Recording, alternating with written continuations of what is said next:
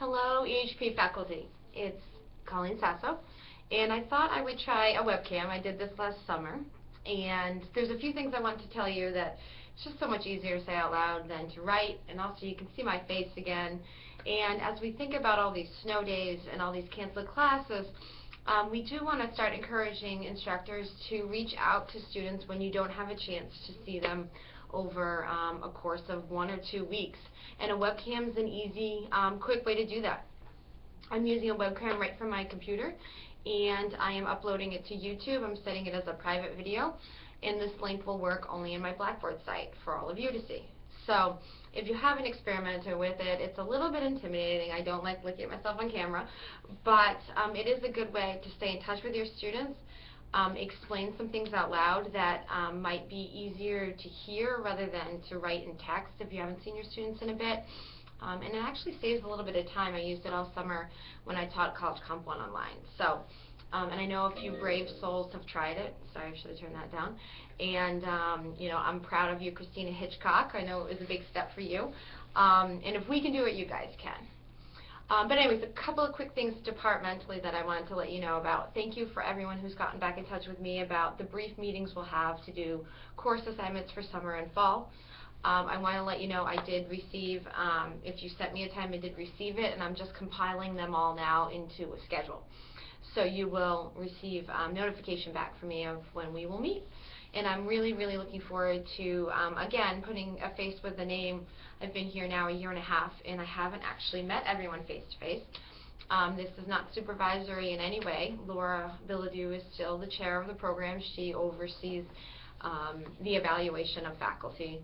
But as someone who is writing curriculum and is doing the scheduling each semester, it's really important for me to have a good idea of who you are.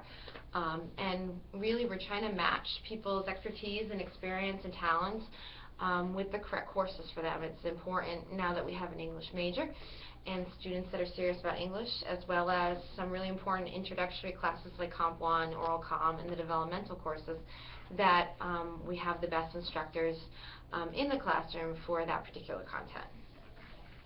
So just so you know, I will be getting back in touch with you about that. We're going to try to schedule all summer and fall classes by the end of spring break so people know what you're teaching for us. It is a 9-credit limit still on this college campus. So 9 credits that you can teach for us, which is 2 to 3 classes depending on the credits of the class. So we should have that completed, and you should know what you're teaching for us by that time. The other major thing that's happening in the program right now is that, as you know, we're under program review, so we have set some goals. A few of them have been working toward being accomplished. One was to write the curriculum for Composition 2, which we've done, and we've piloted that class in the fall and now ran 5 sections in the spring successfully. So if you want to know more about that course, there is a course content outline right on our Blackboard site, and if you're interested in teaching it, let me know.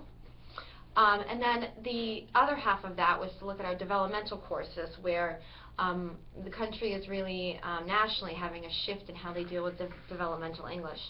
And it's not that they're trying to accelerate developmental English, they're trying to make it a more comprehensive program. So we are actually meeting with Curriculum Committee today to hopefully, fingers crossed, with the help of many of you, pass what is now going to be a combined Reading Writing 1 class, which would be 094, 098, but a combo class, and then 097, 099, a combo class. So students would potentially have to take 2 developmental English classes before taking 110 that are a little more comprehensive, a little more condensed, a little more intense, but also gives them a chance to feel like they're not taking 4 different classes before they end up in Comp 1. So we're going to be looking for instructors that, you know, fingers crossed the curriculum goes through, that would like to teach one of these, a few sections of these combo classes come the fall. So right now being listed as Reading Writing 1 and Reading Writing 2, and then College Comp as usual. So those are the major things, and as we move along, curriculum has been really important to us, updating curriculum that needs to be updated, textbook review and updating textbooks that need to be done, And the other thing is, I've been hearing, especially from new instructors, that people would like a little more conversation about pedagogy. How do we grade student essays? How do we deal with the student who wants to overtake the class? How do we, how do we be innovative online? So we will, in the next few weeks, offer non-mandatory kind of roundtable discussions about some of these topics. We'll try to make it fun, like we've done before, maybe out in a quiet spot, but having some appetizers and just talking about teaching and learning.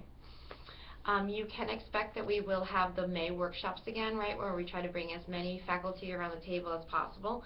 That just keeps us updated on some of our major courses like 110, public speaking, and anyone who's teaching online and teaching developmentally. You can expect we'll have another kind of roundtable in May on those topics. But before that, we're going to have sort of some in-services, totally not mandatory, but a good way to get around talking about teaching and learning with other people who are doing it with you. Okay, so I think those are the major things.